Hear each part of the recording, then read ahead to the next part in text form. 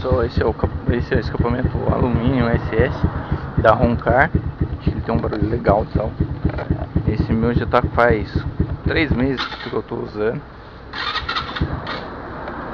Eu tenho gostado bastante dele, só acho que o barulho dele aumentou um pouco devido ao tempo de uso aí. Vamos dar uma volta agora e mostrar aí qual que é o barulho dele de verdade.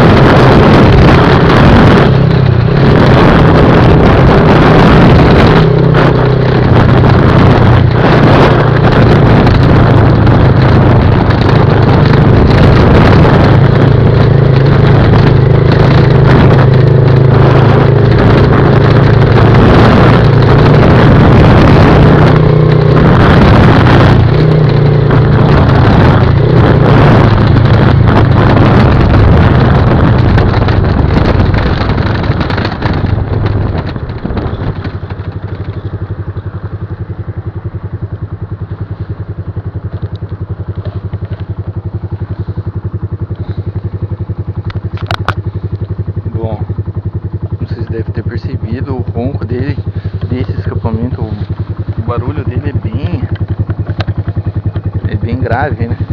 Eu acho bem mais interessante do que diversos outros modelos por aí. Pessoal, então é isso aí. O barulho dele também na estrada em si é bem alto, o que acaba até incomodando um pouco. Mas, né, com o tempo a gente acostuma. Nada tão grave assim. Mas, assim, em comparação com outros carros, acho o ronco dele, assim, o barulho dele bem grave, o que eu acho mais interessante. Eu não curto muito aquele barulho agudo, tipo estralador, essas coisas assim, eu não gosto, assim, eu detesto. Eu detesto escapamento estralador. Então, acho que o custo-benefício desse escapamento aí da Roncar, um alumínio SS, é de bom tamanho. Ele tem um barulho até que agradável. É isso aí, pessoal, até mais.